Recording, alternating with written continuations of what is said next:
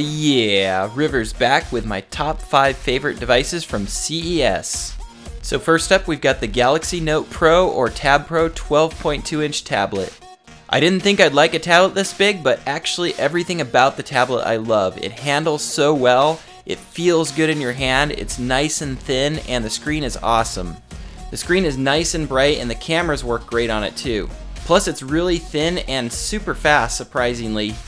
Other specs include a 2560 by 1600 Super LCD 12.2-inch screen, Android 4.4 KitKat, an Exynos octa-core processor, 3 gigs of LPDDR3 memory, 32 or 64 gigs of flash storage, an 8 megapixel back camera and a 2 megapixel front camera, and a 9500 milliamp battery, plus a new custom UI and even an IR blaster.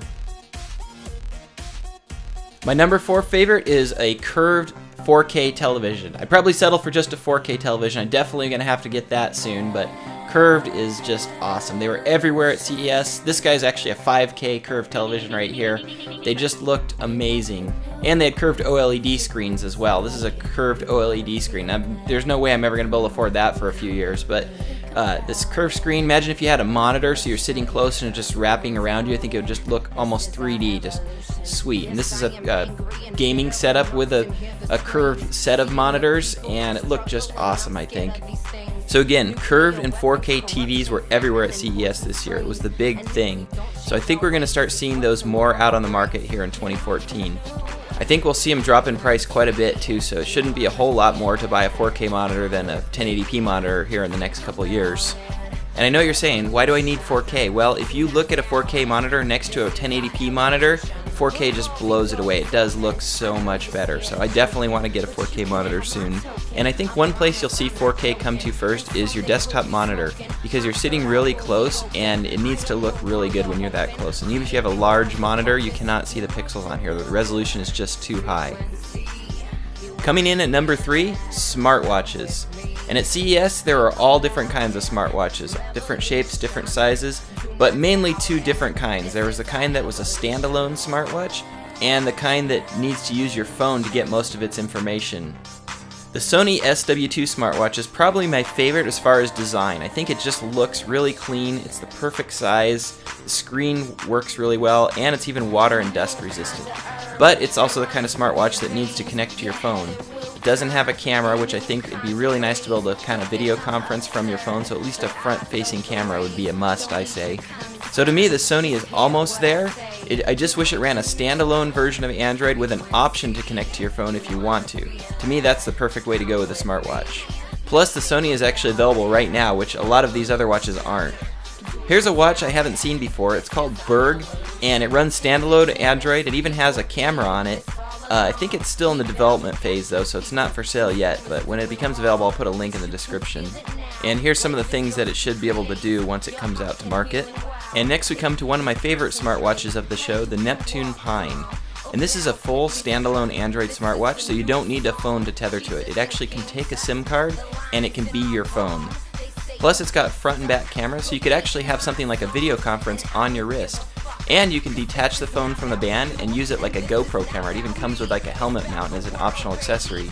Also, because it's running a standard Android resolution, it should be able to run a lot of apps that are available for Android.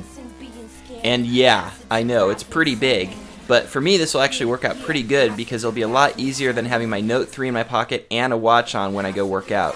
What I really wish is it had the form factor of the Sony and the Android operating system and cameras of the Pine. Then I think it'd be a perfect 10. There were lots of other smartwatches there as well, including several from Swiss watchmaker Micronos. These run the Android operating system, but they need to connect to your smartphone to make phone calls. Also, this one is detachable, kind of like the Neptune Pine. It's also got a handy connector so you could hang it from your keychain instead of using it as a watch. I like the UI on the Micronos, and it had a pretty good price point. I'll put a link to it in the description when it becomes available. Also, I took a look at the Qualcomm Talk, and one of its key features is the screen actually works really good in sunlight. It gets brighter as direct sunlight is pointing on it, so this would be really good if you're going to be working out outside a lot. There were lots of other watches I didn't stop and get a demo on. Most of them centered around fitness and needed a phone to work. I think for a watch to be successful, it's going to need to be able to stand on its own without a phone, and it's going to need to be able to take voice commands. Kind of like the Moto X, but on your wrist. Number 2 on my list is the Sony FDR-AX100 4K camcorder. This is really the first 4K consumer camcorder that I know of. It's kind of a prosumer camera. It's got some high-end features like a 1-inch backside illuminated sensor and manual settings and filters, but it doesn't have the $4,000 to $5,000 price tag of these pro cameras either. It costs just $2,000 and it will be available in March. The camera is supposed to have amazing video quality, especially with that large sensor, so I kind of put it through some tests inside the Sony showroom. First I tested the stabilization, and that seemed to work really well. It barely moved at all in the screen, even though I was moving the camera around quite a bit. The low light performance was good, but I don't know if it's excellent without looking at the video. Plus this is some really tricky lighting conditions in this showroom. So I couldn't take any sample video with the camera because my SD card wasn't the right type, but I was able to take a couple sample images, so you can at least get a look at how the camera's optics and sensor handle these tricky lighting conditions. Actually, I was very impressed with the quality of these pictures. I'll put a link to the original pictures in the video description down below just as soon as I have a chance. Some other highlights of the camera are the Carl Zeiss T-Series lens, optical steady shot image stabilization with active mode, and an OLED viewfinder. Anyway, I love the Sony AX100 and I plan on buying one just as soon as I get a 4K television. And my number 1 favorite product, the Hisense Pulse Pro Android TV. If they could have sold me the Pulse Pro, I would have bought it right there on the spot. It just felt so fast, so easy to use with a good remote. I just had to have it. It had everything I've been looking for, like the ability to install apps, a USB port, a really good remote, and voice to text all in one device. I think the remote is the key here because it just worked really well. It had the option to use either as a standard remote where you toggle around or an air mouse built in, plus a smartphone remote control app in the future as well. The user experience is just really good with the box. Everything works nice and fast, much better than the old Google TV that I used to own. Hisense has this built into their 4K TVs, but you can get the box by itself to connect to your own HD TV for around $150. I'll put a link in the video description as soon as it becomes available. And remember, I haven't been able to thoroughly review this device yet, but from everything I've seen so far, I really like it a lot. Alright guys, there you have it, my top 5 favorite things I saw at CES. There's probably a ton of things I didn't even get to see because it's just so massive, one person can never cover it all.